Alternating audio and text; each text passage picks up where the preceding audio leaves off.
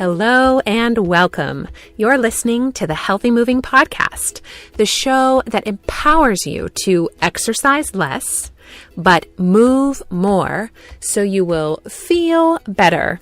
I am your healthy moving enthusiast, Jen Hoffman from healthymoving.com. While there seem to be a million experts in the health and fitness industry, there are just two primary messages being preached. And I think they're both wrong. In today's show, I'll tell you why, and I'll give you my own take on how to really improve your health once and for all. Plus, I'm going to answer a listener question about Ayurveda and what specifically it says about how we should alter our movement habits during the fall and winter. It's going to be a fun show. Stick around.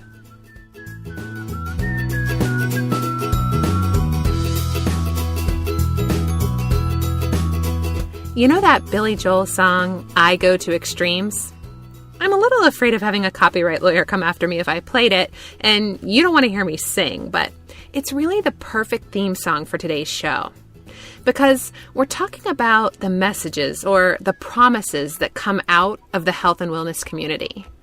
And although there are many voices, there are really just two main messages. And they're both extremes. The first one is you have to work your tail off, sweat, cry, overhaul your entire life.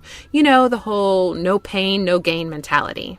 And the subtext of this message is the more it hurts, the better it is for you.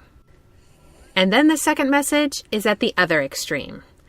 It's that there's this magic pill or technique that someone can do to you, or a wrap or a wand, something that will transform your health without you having to invest any effort, though it'll usually cost you some cash.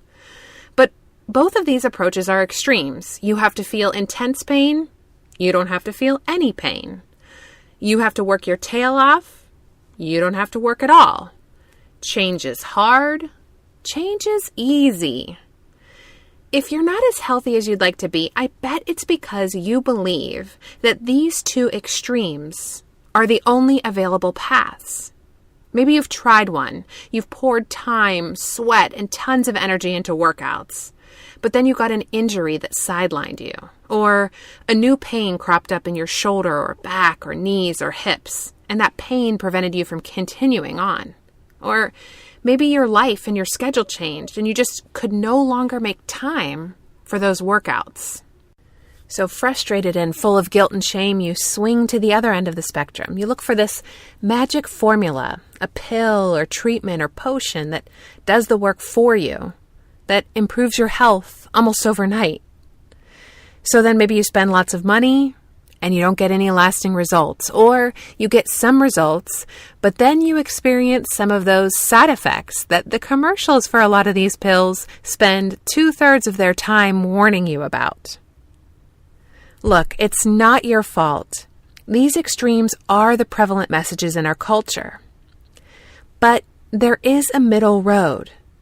And while the extremes might get temporary results for some aspects of our health, the key to lasting, whole body health and wellness is this middle road. Change doesn't require intense pain, but it also doesn't happen in our comfort zone. You don't have to work yourself to the breaking point, but you do have to expend some effort. Change isn't impossible, but it isn't easy either. You don't have to make time for workouts every day, but there isn't a magic pill or treatment that's going to satisfy your body's need for movement nutrients. Friends, if you don't feel great, if you've got aches and pains or fatigue, chronic headaches, if you pee when you sneeze or you battle digestive issues, if an autoimmune disease slows you down or stress is your constant companion, if you don't feel great about your body, you need this middle path. You need to figure out how to weave healthy movement into the fabric of your day. You need to learn how to hear and interpret your body's request for movement. You need to learn how to restore your body to optimal alignment. Here's the good news about the middle path. It does require work, but that work can be done one small step at a time. The middle path is fun. The middle path doesn't fix all the problems that took a lifetime to create overnight, but it does improve how you feel right away. And when you feel better, it's easier to joyfully show up for every aspect of your life. That's what the Healthy Moving community is all about. Together, we're letting go of the shame and guilt associated with those extremes, and we're forging this middle path. If you want to be part of our Healthy Moving revolution and get inspiration and encouragement from me straight to your inbox, then just text Healthy Moving, no spaces, just Healthy Moving to 33444. Again, that's Healthy Moving to 33444. Okay, I'll be back in just a moment with this week's listener question. Before we head to the Q&A, I just want to invite you to check out the Healthy Moving Coaching and Challenge program. We're about to start our fall challenge, and I would love to have you join us. This challenge is all about taking those small steps that will help us learn to weave movement into our life and improve our alignment so that we can feel better in and about our body. We're going to do it one step at a time. This challenge ends right at Thanksgiving, so you'll go into the holiday season really feeling great in your body and having some wonderful habits. You can check out the information on that program at healthymoving.com/coaching. Okay, this week's question comes to us from Jackie in Mississippi. She writes, "Hi Jen, I was recently watching a replay of one of your other classes, and I heard you mention that Ayurveda suggests we should make some changes to our practice for the spring season. Now that we're heading into fall, I was wondering if you could share what Ayurveda says about how we should alter our movement habits in the fall. Thanks so much, Jackie." So to back up a little bit, let me just explain that Ayurveda is the system of traditional medicine from India. It's a sister science to yoga. One of the ideas that Ayurveda teaches is that with the change in seasons, we should make some changes in our diet and exercise routines. Ayurveda teaches that the dry, cold energy of fall and winter, which is called the Vata season in Ayurveda, impacts us physically and mentally. I know from personal experience. I'm not an Ayurvedic expert, but I definitely find that to be true. During the season, we might be more prone to generalized aches and pains or stiff and painful joints, rough, flaky skin, chapped lips, fainting spells, heart palpitations, constipation, and a dry, sore throat and dry eyes. I definitely have experienced all of those things at some point during the fall and winter. Ayurveda also says that emotionally we might be more likely to battle stress and anxiety or lack of concentration, fear, agitation, impatience, hyperactivity, insecurity, and restlessness. Now, I don't know about you, but all of that starts to sound pretty familiar to me.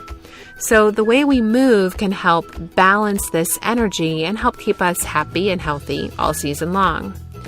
Fall and winter are the perfect seasons to enjoy a mild but consistent practice that incorporates kind of a contemplative element. It's best to spend the months of fall and winter focusing on the stability and regularity of your movement rather than on its intensity. I like to focus on grounding downward because Vata energy is this kind of upward floating energy. So when you focus on grounding downward, it can help balance that out. Exercises where your heart is higher than your head, practicing those for a few minutes every day can be super helpful. I love for that the psoas release where your pelvis is on a bolster angled toward your head and your torso is on the ground. It's kind of like a variation of a supported bridge pose, but it's in a specific position to allow you to release your psoas. It's one of my favorites. Also, the other thing I like to do during the fall and winter to help ground and balance that Vata energy is to try closing your eyes, sometimes while you're just standing still, but you can also try it while you're pelvic listing, say you're balancing on one foot, using your hip adductors to get you there. Closing your eyes, it can be a balance challenge, but it also helps really focus your awareness downward and grounding into the earth. All right, I hope that's helpful, Jackie, and everyone else.